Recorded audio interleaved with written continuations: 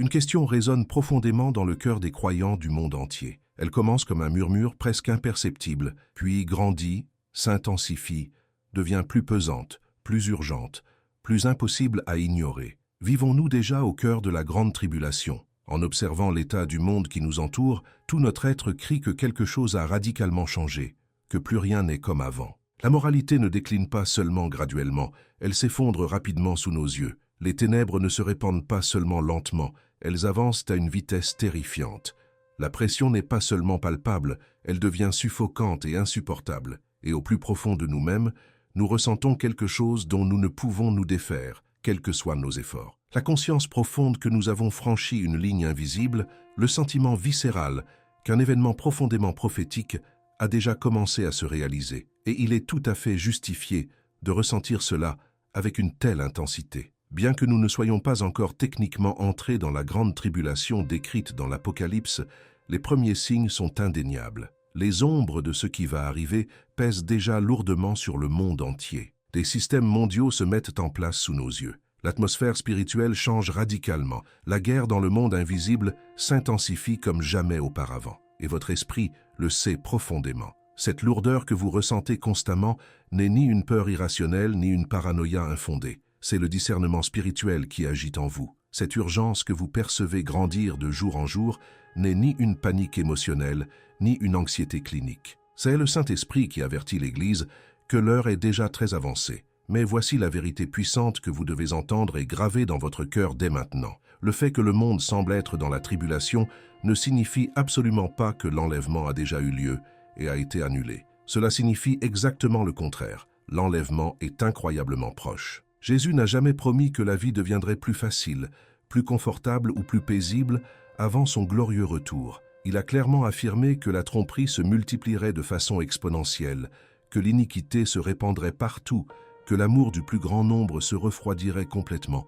et que le monde entier tremblerait comme une femme en travail dont les contractions gagneraient en intensité et en fréquence. Il nous a avertis de tout cela, non pour que nos cœurs défaillent de terreur, mais pour que lorsque ces choses commenceraient à se produire, nous levions la tête avec espérance. Et c'est précisément ce à quoi il vous appelle en ce moment. Si vous avez ressenti le poids spirituel, l'urgence inexplicable, la pression surnaturelle, c'est parce que vous êtes spirituellement éveillé alors que des multitudes dorment. Vous voyez ce que cette génération a été choisie pour voir. Vous ressentez ce que la génération finale était destinée à ressentir. Et le message venant directement du ciel est limpide. La tempête prophétique se forme rapidement. Le monde tremble sous une pression croissante, mais l'épouse est sur le point de s'élever dans les airs. Quand on observe le monde d'aujourd'hui non pas d'un œil superficiel et désinvolte, mais avec une conscience spirituelle accrue, on ressent une pression palpable sur l'atmosphère même de la planète. On perçoit un tremblement constant, une tension croissante, un profond gémissement qui semble se propager à travers des nations entières, traverser des cultures diverses et affecter des générations simultanément. Et si vous vous êtes arrêté suffisamment longtemps pour vous demander sincèrement pourquoi tout semble s'effondrer d'un coup, vous êtes loin d'être seul à vous poser cette question. En fait, c'est précisément ainsi que Jésus a décrit les derniers jours, ni calme, ni paisible, ni prévisible, mais intensément chaotique, comme un monde en proie aux douleurs irréversibles de l'enfantement. Partout où l'on regarde aujourd'hui, on trouve des signes qui correspondent exactement à ce que les Écritures décrivent de la période de tribulation. Des guerres qui éclatent soudainement à travers le monde, des nations qui s'affrontent avec une agressivité inédite depuis des décennies, des gouvernements chancelants, des économies au bord de l'implosion catastrophique et une violence qui explose dans des lieux autrefois considérés comme sûrs et stables. La moralité se dégrade si rapidement que ce qui choquait profondément il y a à peine 5 ans est aujourd'hui publiquement accepté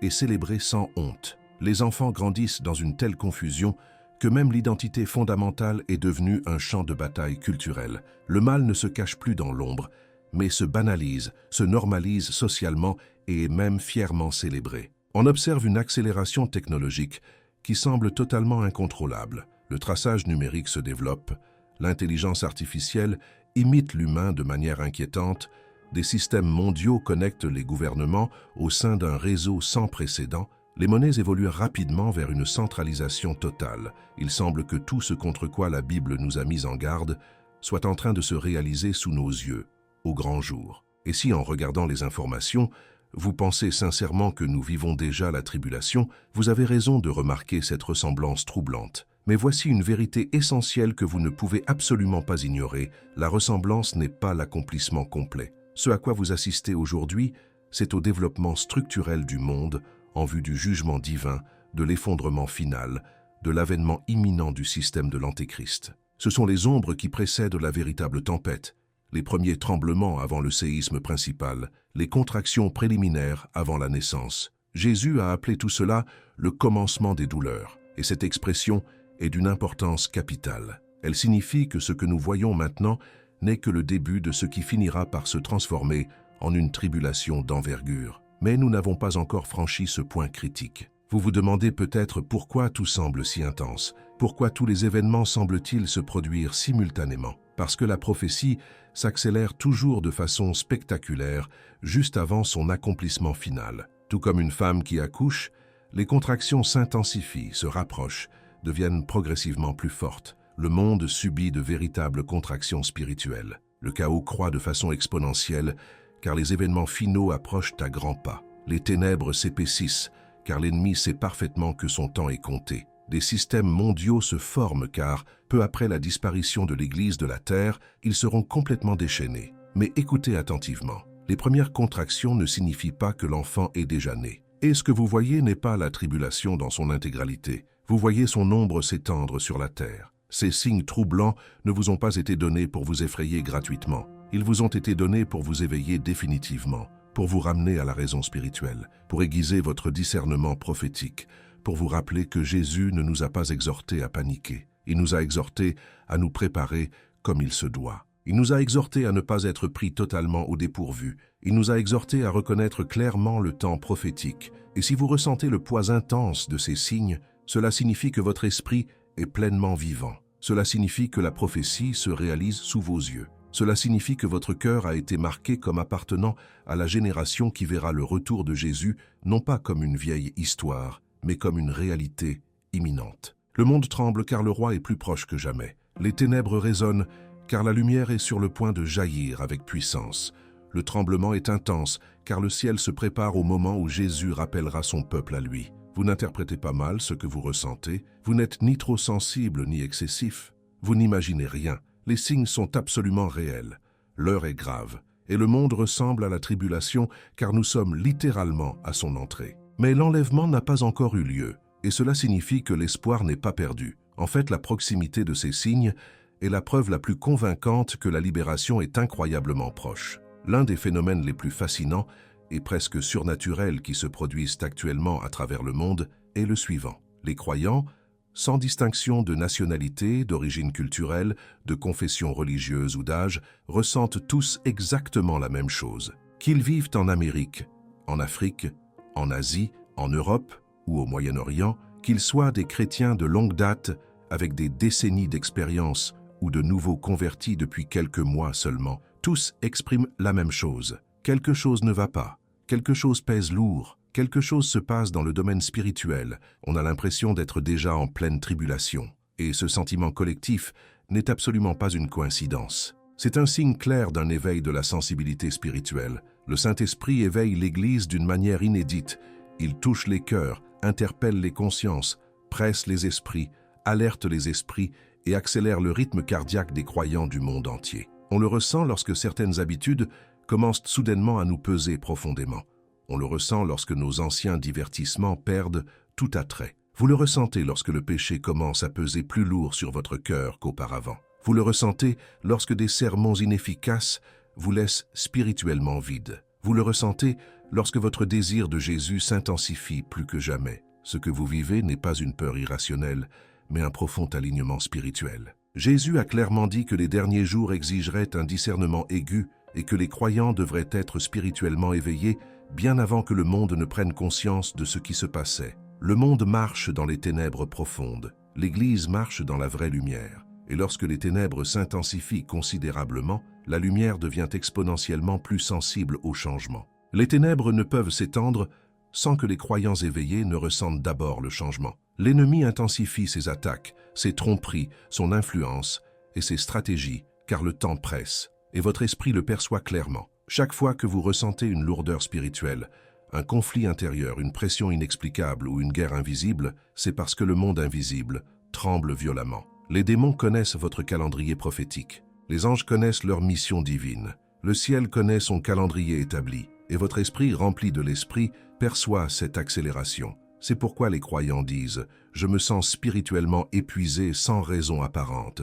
Je ressens une lourdeur indescriptible. J'ai l'impression que le monde se referme sur moi. Je sens qu'un événement majeur approche. Je sens que Jésus est incroyablement proche. » Ces sentiments ne sont pas purement émotionnels. Ils sont profondément prophétiques. La Bible dit que le Saint-Esprit nous révèle les choses avant qu'elles n'arrivent. Il n'attend pas que la tribulation commence pour avertir l'épouse.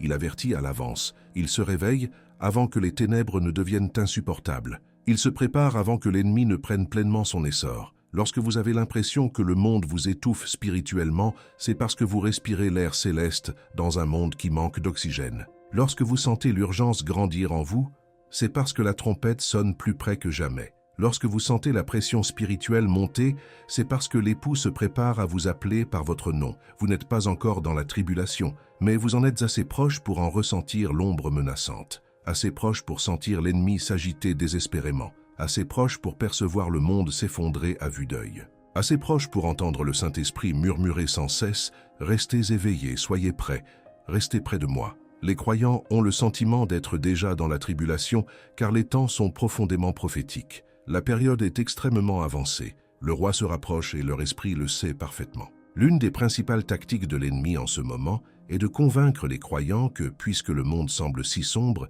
si chaotique et si prophétique, l'enlèvement a forcément été annulé, reporté indéfiniment ou remplacé par autre chose. Rien n'est plus éloigné de la vérité. Plus les ténèbres s'installent, plus l'enlèvement est proche. Et si tant de croyants ressentent une tension croissante, c'est parce qu'ils se trouvent précisément à la croisée de deux époques, la fin de l'ère de l'Église et le début de la tribulation. Mais voici la bonne nouvelle que vous devez entendre avec une confiance absolue et inébranlable. Jésus n'a pas changé son plan, pas une seconde. L'enlèvement aura bien lieu avant que la colère divine ne se déchaîne. Les Écritures sont on ne peut plus claires à ce sujet. Jésus l'a promis personnellement. « Je reviendrai et je vous emmènerai avec moi ». Ces paroles n'étaient pas une métaphore poétique. Elles n'étaient ni symboliques ni allégoriques. Elles étaient parfaitement littérales. Paul a confirmé cette même vérité en disant que les croyants seraient enlevés ensemble pour rencontrer le Seigneur dans les airs. Et Jean, transporté dans la vision céleste de l'Apocalypse, montra l'Église adorant Dieu au ciel avant même que le premier sceau ne soit ouvert sur terre. Il y a une raison profonde pour laquelle l'Église disparaît complètement de la terre au chapitre 4 de l'Apocalypse et ne réapparaît qu'à son retour avec Jésus au chapitre 19. La tribulation est un jugement pur et direct, un jugement venant directement de Jésus, et l'épouse ne peut résister à la colère de l'époux. L'Église endure les tribulations du monde. Certes, les pressions extérieures, la persécution humaine, les souffrances temporelles, mais jamais la colère venant directement du ciel. Cette distinction est capitale. En ce moment même, vous ressentez une pression croissante, mais vous ne ressentez pas la colère divine. Vous voyez la tromperie se multiplier, mais vous ne voyez pas le jugement céleste. Vous êtes témoin de l'essor de systèmes mondiaux, mais vous ne voyez pas encore l'Antéchrist révélé. Le monde tremble en se positionnant, mais le rideau ne s'est pas encore levé sur l'événement principal. Tout ce que vous vivez n'est qu'un prélude intense, et non l'accomplissement complet. Et si jamais vous en doutez, souvenez-vous du message de Jésus à l'Église fidèle dans l'Apocalypse. « Je vous garderai de l'heure de l'épreuve qui va venir sur le monde entier. Non pas pendant cette heure, mais avant qu'elle n'arrive, vous en serez totalement exempté, libéré, sauvé. C'est pourquoi vous ressentez une tension si intense. Parce que vous êtes proche du point de non-retour, parce que le monde se prépare à ses heures les plus sombres, tandis que le ciel se prépare à son moment le plus lumineux, le moment où Jésus ramènera son peuple auprès de lui. Si les premiers soubresauts vous effraient, imaginez toute la puissance de la tribulation de l'Antéchrist. Cette période n'a jamais été prévue pour vous. Vous avez été rachetés par le sang de Jésus, scellés par le Saint-Esprit et choisis comme son épouse bien-aimée. La tribulation appartient à un monde rebelle qui vous a délibérément rejeté. L'enlèvement appartient à une épouse rachetée qui vous aime d'un amour dévoué. Et plus nous nous en approchons, plus le monde ressemblera à la tribulation. Mais cette ressemblance n'est pas le signe que vous avez perdu quelque chose. C'est le signe que vous êtes sur le point de vivre quelque chose de merveilleux. Jésus n'a pas laissé la dernière génération dans la confusion ni l'incertitude. Il ne voulait pas que son peuple soit dans le doute, la peur ou pris au dépourvu par les événements mondiaux. Au contraire, il a fourni une liste détaillée de signes prophétiques, non pour semer la panique, mais pour reconnaître clairement la période. Et lorsqu'on regarde le monde à la lumière de ces paroles, il devient évident que cette génération vit actuellement chacun des signes qu'il a décrits. Jésus a dit que le monde connaîtrait des guerres et des rumeurs de guerre, non pas des conflits localisés, mais des tensions mondiales au bord de l'explosion. Aujourd'hui, le paysage géopolitique tout entier est profondément instable. Les nations se préparent activement à la guerre. Les alliances se transforment radicalement. Les menaces nucléaires refont surface. La prophétie s'accomplit. Jésus a dit qu'une nation se dresserait contre une autre et un royaume contre un autre. Les royaumes politiques, idéologiques et culturels sont tous engagés dans une guerre féroce. La société est fragmentée en clans hostiles. Cette division n'est pas accidentelle. Elle est profondément prophétique. Jésus a dit qu'il y aurait des famines et des pestes, non pas des épidémies ponctuelles, mais des bouleversements mondiaux. Ces dernières années ont révélé au monde la fragilité de ces systèmes. Pénuries alimentaires, crise des chaînes d'approvisionnement, épidémies mondiales. Il ne s'agit pas de coïncidence, mais d'avertissement divin. Jésus a prédit une augmentation des tremblements de terre en divers lieux. Les données confirment cette augmentation dramatique de leur fréquence et de leur intensité. Les fondements de la terre tremblent, tandis que l'humanité se querelle. Jésus a annoncé une explosion de la tromperie. Nous vivons dans un monde où la vérité est perçue comme un poison et le mensonge comme un remède. On ne se demande plus si quelque chose est vrai, mais si cela nous fait du bien. La tromperie est devenue la norme. Jésus a prédit une prolifération de l'iniquité. On la constate dans les émeutes, la corruption endémique, la criminalité violente et la décadence morale galopante. L'iniquité était non seulement présente, mais elle est publiquement glorifiée. Jésus a prédit que l'amour se refroidirait complètement. Les familles sont irrémédiablement brisées. Les relations sont superficielles et éphémères. La compassion a cédé la place à la facilité. Les cœurs sont insensibles. Jésus a annoncé que l'Évangile serait prêché à toutes les nations. Pour la première fois dans l'histoire de l'humanité, la technologie a rendu cela possible. Chaque tribu, chaque langue, chaque nation peut entendre l'Évangile. Nous vivons dans la seule génération capable d'accomplir cette prophétie. Jésus n'a pas dit que ces signes apparaîtraient par hasard. Il a dit qu'ils convergeraient comme des ruisseaux, se rejoignant en un seul fleuve, se renforçant à mesure qu'ils se rejoignent. Et cette génération assiste à cette convergence en temps réel. Chaque signe est non seulement actif, mais s'accélère. Alors, si vous avez l'impression que le monde s'effondre, ce n'est pas parce que vous traversez la tribulation. C'est parce que Jésus vous a décrit précisément à quoi ressemblerait le monde juste avant l'enlèvement. Ces signes ne sont pas la colère divine, ce sont les derniers avertissements. Ce sont les ultimes signaux annonçant l'approche du roi. Vous voyez ces choses parce que vous avez été choisis pour les voir. Vous vivez à cette époque parce que Dieu vous a confié ce moment. Vous n'êtes pas témoin d'un chaos aléatoire, vous êtes témoin de l'accomplissement d'une prophétie. Et si tout semble si intense, si bouleversant et si prophétique, c'est parce que le compte à rebours est presque terminé. Si le monde ressemble à une épreuve, si les sentiments y sont ceux d'une épreuve, et si les sons y résonnent, comment vivre en croyant aujourd'hui? Comment rester ferme quand tout autour de vous est secoué par une violente tempête? Comment demeurer fidèle quand la culture s'effondre moralement? Comment garder le cap quand le bruit du monde est assourdissant? Jésus a déjà répondu à toutes ces questions. Il ne nous a pas dit de nous cacher dans des grottes. Il ne nous a pas dit de paniquer irrationnellement. Il ne nous a pas dit de fuir ou d'abandonner. Il a dit quelque chose de profondément simple, mais d'une puissance transformatrice immense. Quand ces épreuves commencent à se produire, levez la tête. Ne la baissez pas pour contempler vos peurs. Ne vous laissez pas distraire par le chaos. Ne vous retournez pas sur votre ancienne vie. Levez les yeux. Tournez-vous vers lui. Levez les yeux vers le ciel. Tournez-vous vers les promesses qui ancrent votre âme. Ce n'est pas le moment de dériver spirituellement. C'est le moment de vous ancrer en Jésus comme jamais auparavant. Le monde est en pleine tourmente, mais vos fondements n'ont pas à l'être. La pression monte, mais votre paix ne doit pas s'effondrer. L'incertitude grandit, mais votre espoir ne doit pas faiblir. Vous n'avez pas été appelé à simplement survivre à la crise.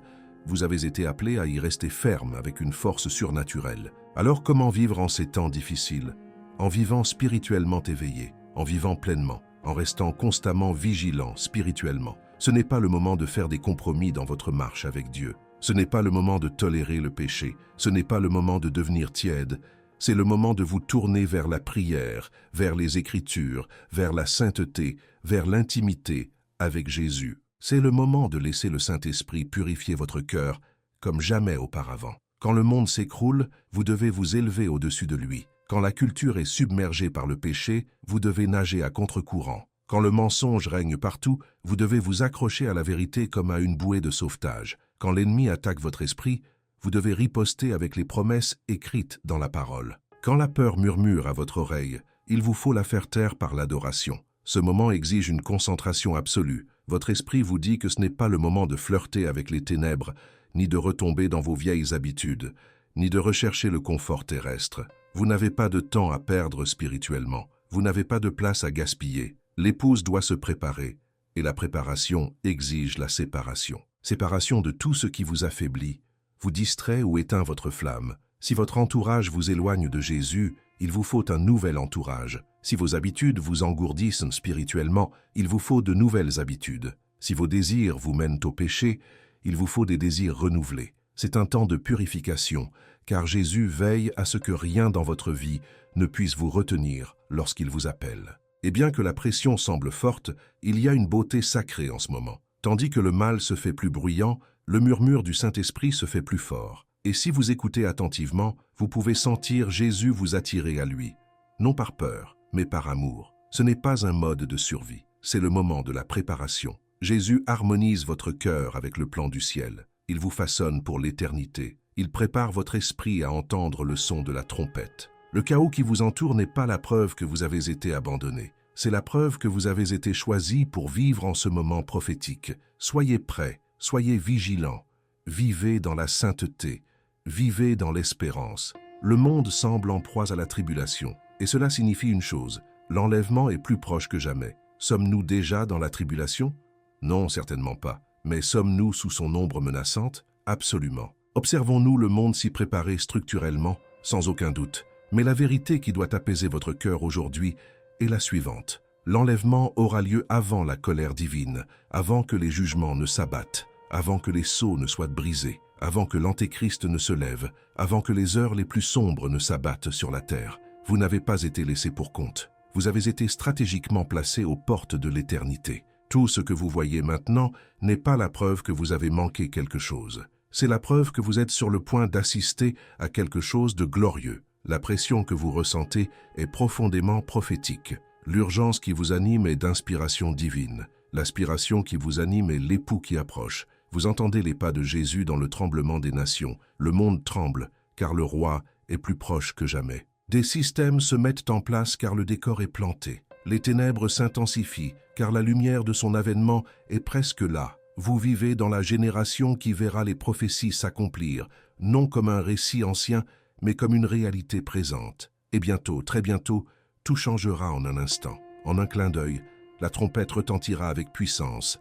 Les morts en Christ ressusciteront les premiers. Et nous qui sommes vivants, nous serons enlevés pour le rencontrer dans les airs. Plus de douleur, plus de peur, plus de pression, plus de ténèbres, seulement l'éternité avec celui qui vous a tant aimé, qu'il vous a appelé sien. Alors, levez la tête, fortifiez votre foi, protégez votre cœur, restez vigilants, soyez prêts, car le monde peut sembler une tribulation, mais la vérité est infiniment plus puissante. L'enlèvement approche, et Jésus est plus proche que nous ne le pensons.